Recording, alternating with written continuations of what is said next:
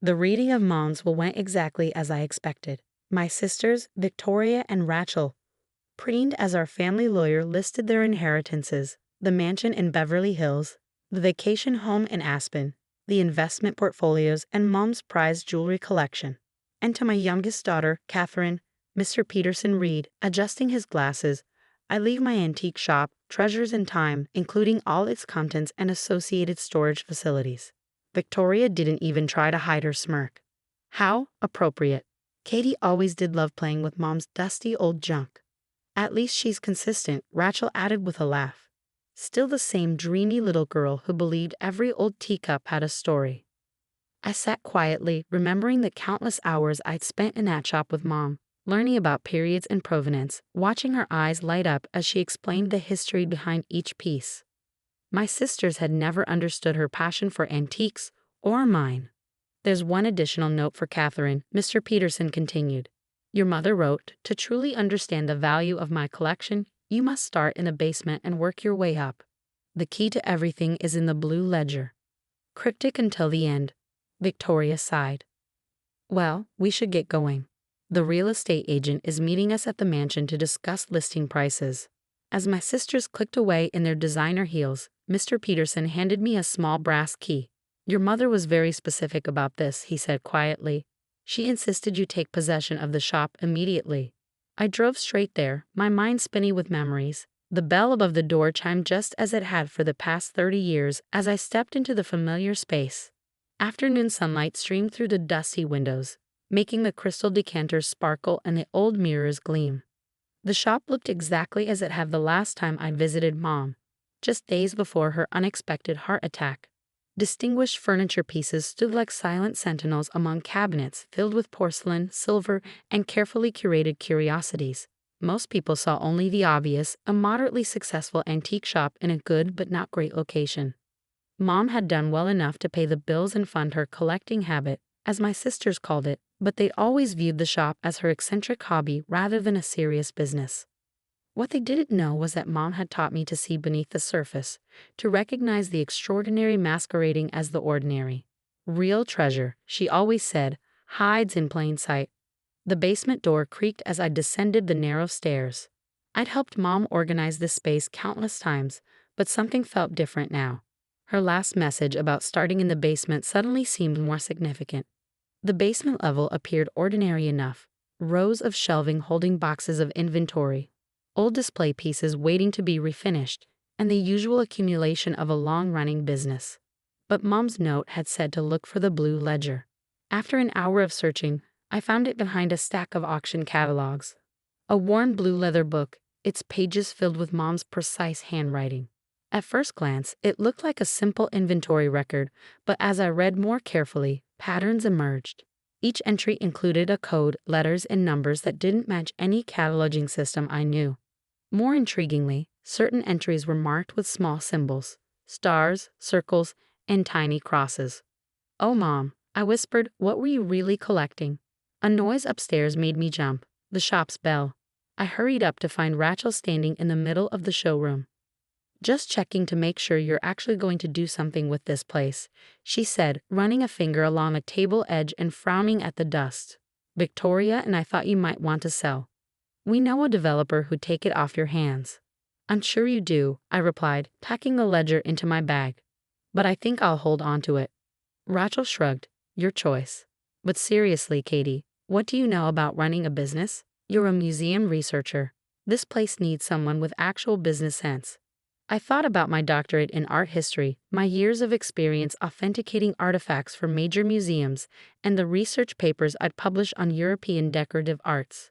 But Rachel had already moved on, picking up a Tiffany-style lamp. At least some of this stuff is pretty, she mused. Maybe I'll take a few pieces for the mansion before we sell it. Mom would have wanted us to have some mementos.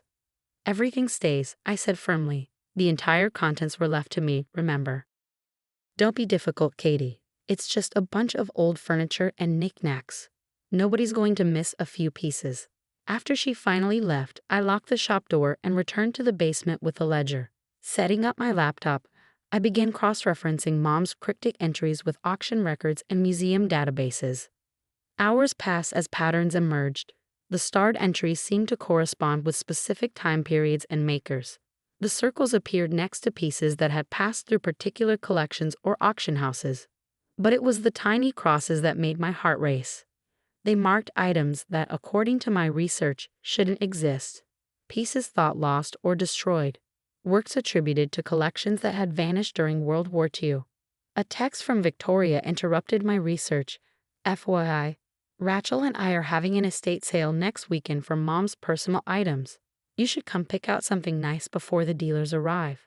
I ignored it, too engrossed in my discoveries. Mom's odd collecting habits over the years, the frequent trips to Europe, the mysterious shipments, her insistence on maintaining multiple storage facilities were starting to make sense. She hadn't been running just an antique shop. She'd been building something much more significant piece by piece, year after year, hiding extraordinary treasures among the ordinary stock. At midnight, I finally found what I was looking for. A master key to Mom's coding system tucked into the ledger's back pocket. With trembling fingers, I began decoding the entries, mapping them to specific pieces in the shop and storage units.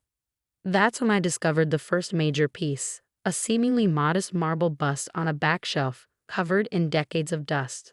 According to Mom's notes, beneath the grime was an early work by a renowned 18th century sculptor, missing since 1945. I carefully cleaned a small section, revealing the telltale marks of the master's hand. The authentication process would take time, but if Mom's notes were correct, this one piece was worth more than the Beverly Hills mansion. And it was just the beginning. My phone buzzed again. Victoria, the real estate agent, says the mansion should list for at least $12 million. Aren't you glad Mom left you that cute little shop to play with? I smiled, thinking of the ledger's contents and what lay hidden throughout the shop. My sisters had always accused me of living in a fantasy world, of sharing Mom's impractical dreams. They had no idea that those dreams were about to become very, very real. Over the next 2 weeks, I practically lived in the shop, methodically working through Mom's coded ledger.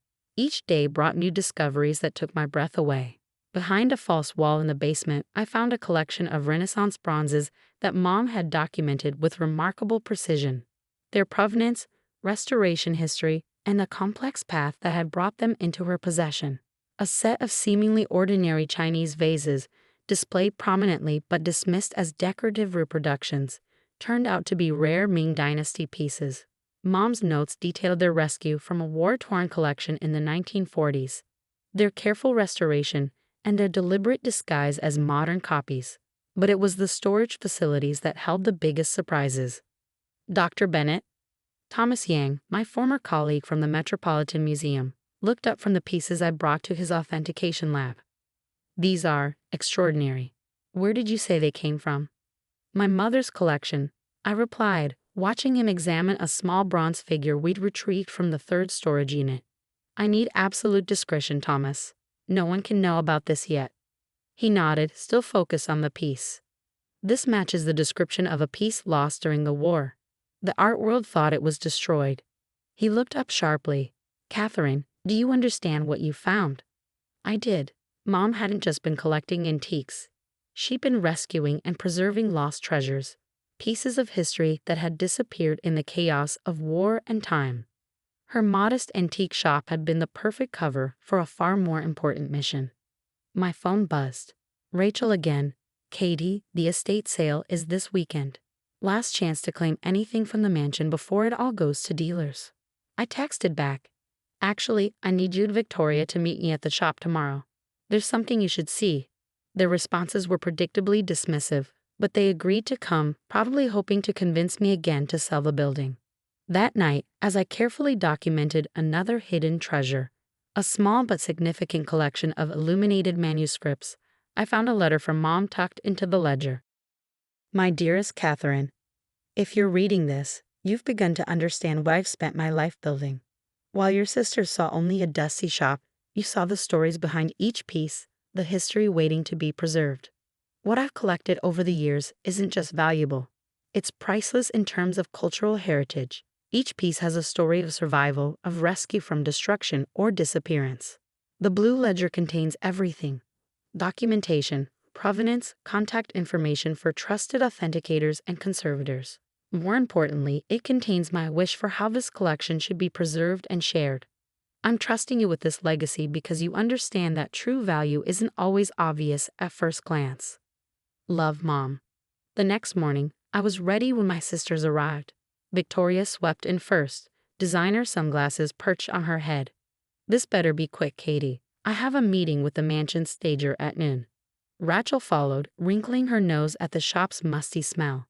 Have you at least decided to sell? That developer raised his offer.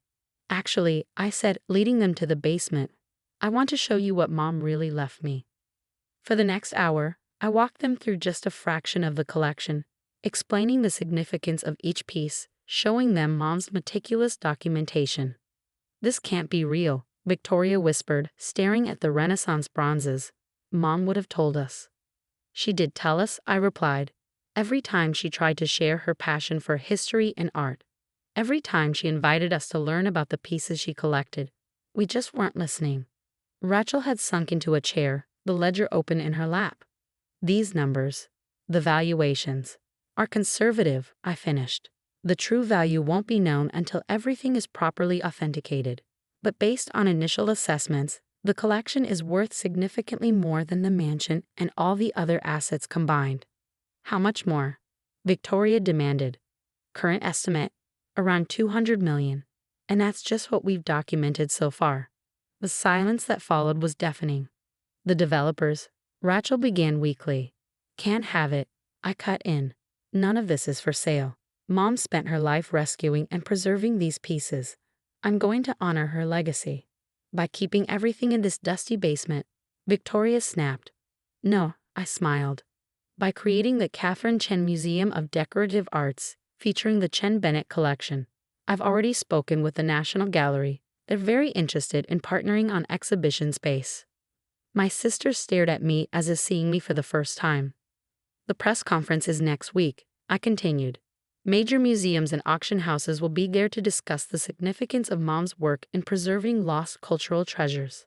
I'd assume you'll both want to attend. They nodded mutely. Good.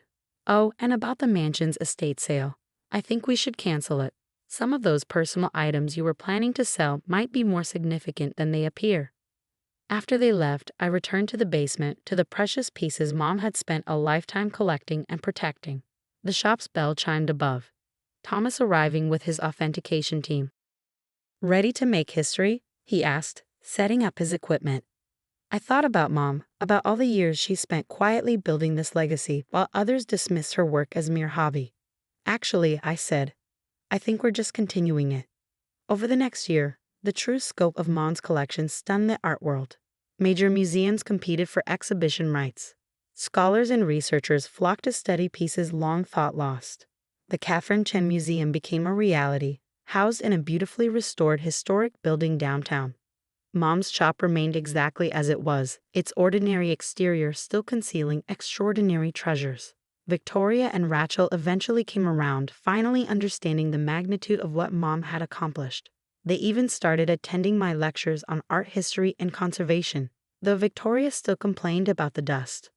On the museum's opening night, I stood in front of Mom's favorite piece, a small, exquisite Roman glass vase that had survived centuries of war and chaos before finding its way to her shop. The true value of things isn't always obvious, I overheard a guide telling a group of visitors. Sometimes it takes someone special to see the extraordinary hiding in plain sight. I smiled, thinking of Mom's letter. She had built more than a collection. She had created a legacy of preservation and discovery, a testament to the power of looking beyond the surface. My phone buzzed. A text from Rachel. Just saw the museum featured in Art Quarterly. Mom would be proud. For once, my sister was absolutely right.